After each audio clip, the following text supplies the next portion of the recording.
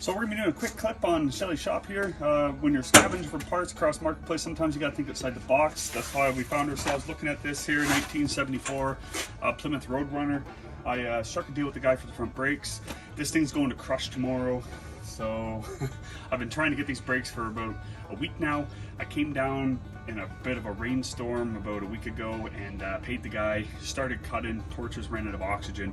So with the schedule we've been running, I just came back with a fresh set of oxygen and acetylene. So we're gonna go ahead and finish cutting this off. I know the proper thing to do is beat everything apart with the pickle fork, but we don't got time for that, and this thing's pretty rusty. It's a bit of a shame because this is a factory black 74 RoadRunner.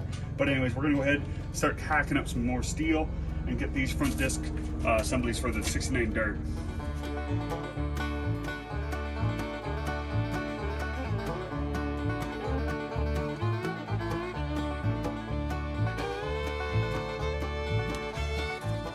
So if y'all know me, you know that typically I'm not this destructive, but when I say this car is going to the crush, it is. I just talked to the guy that owns it, and he said, yeah, a guy's coming here in a few days to pick her up and take it home. So don't feel bad. You can give me a hard time, but just know I'm not cutting this off a pristine wreck, a pristine RoadRunner. The whole car is twisted like that.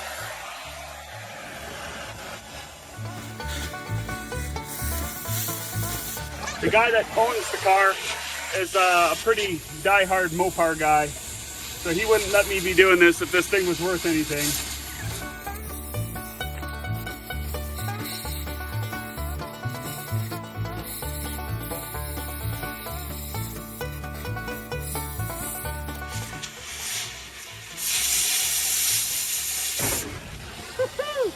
That one's got some spring to her, boys.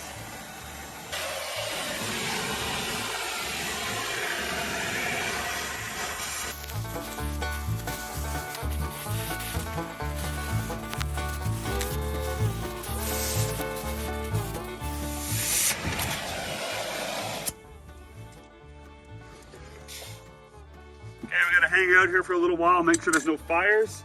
And that was greasy, that was dirty, that was lowbrow, but it was effective for the time restraints that we always find ourselves in.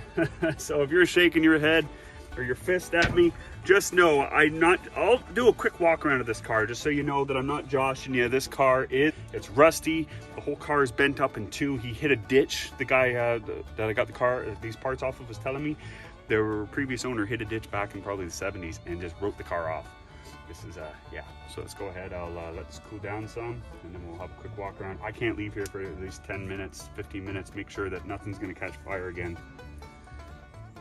Let's go. Okay, so we're at the back of this here car. So you start off with the roof.